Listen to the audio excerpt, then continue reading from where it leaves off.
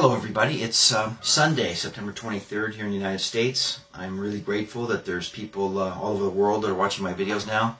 People in Australia, some new friends up in Canada, the UK, parts of Europe. I've been thinking about a lot. I was up in the middle of the night last night, so I'm going to just do a stream of consciousness and just do the best I can. I do hope the Spirit helps me here. Couldn't sleep last night. I was watching CNBC Europe, which seems to be much more grave, and they were actually talking about terminating the governor of the Bank of England, the Federal Reserve Chairman over in England.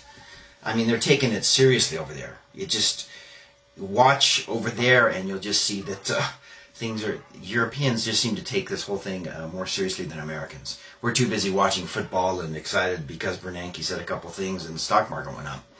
But, so I was watching that, and I just switched to CNBC United States, and there was Tyler Mathisen talking about the latest cool place at the Beverly Hills Hotel called 1912. Now a shot of cognac there costs $1,912. You know, I've been there to the polo thing one time, a long time ago with my mom. Ritzy people and all that kind of stuff, but Americans are focused on, they're probably watching football right now. I've never read the sports page in my whole life, and I'm grateful I haven't. There's a bunch of guys out there, and I respect them as athletes. I played football in high school. It's a great sport, but everybody's watching it.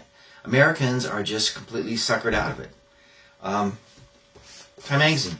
You know, I bought this just for the cover. The most influential people in the world, 100. Where's Ron Paul? Where's the guy with real ideas that stands for the Constitution? He's not in there. I don't even have to read the magazine. He's probably not even, in there. It's just the usual guys, the usual folks that they're promoting. So, I mean, I've got a lot of intensity in me. But I know that all things are spiritual, and here's my message. Most people don't want to know the truth. They don't want to know the truth.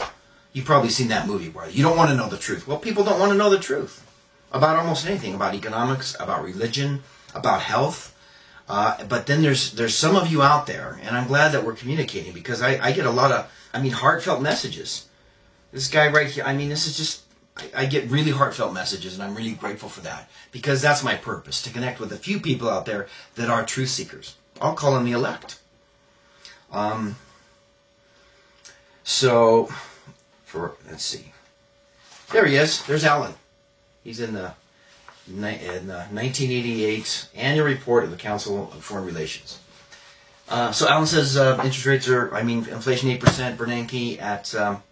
2%. You can't blame Bernanke. You can't blame Bush. These things have been coming for hundreds of years.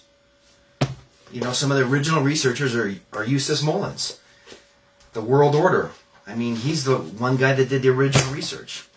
Skull and Bones. I've known about it for 15, 20 years. How many of you guys have that book? I'm not trying to be arrogant and all. I'm just trying to be direct. My life, I guess, when I studied the conspiracy and then got accepted to Harvard Business School, the John Birch Society was there. It was just very intense. Mitt Romney was my church leader. It was an intense time, and my life's been pretty intense since then. With religious questions, people don't even know who God is. That's why when Da Vinci Code came out, I thought, great, because I heard, once a guy said, yeah, Jesus was married. Well, Jesus was married? I didn't say, no way, it couldn't be. I thought, well, I guess that sounds natural. He was a man. Let me try to figure that one out. And then I started studying, and I found out in Jewish law to become a rabbi, you need to be married by the time you're 18. It seemed natural. And how could I follow a guy if he was celibate? And I knew the Catholic Church believed in celibacy, and I knew they had a lot of problems with that. And so I studied and studied it, and I came to the conclusion. Immediately I thought, that sounds reasonable to me. But after studying it, several hundred pages or thousands of pages, every book I get my hand on, I found, yeah, Jesus was married. But I was teaching in a church. I was leader in a church here in Utah, and I brought it up. And later I was reprimanded for bringing it up. And I thought, wow, man, we can't even talk about Jesus being married. We'll go back in history. Origen, one of the early fathers there, Origen wanted to be holy. And he couldn't, I guess he was worried about resisting women. He ended up castrating himself to become holy. Okay. Origen did that. He used his freedom to do that. It's not a path I have chosen, but a very interesting story in the quest to be holy. So if you're blown away by that, like John, I think about this because it's John Hagee guys just jonesing to go bomb the hell out of Iran and nuke a bunch of innocent people, he probably doesn't believe that.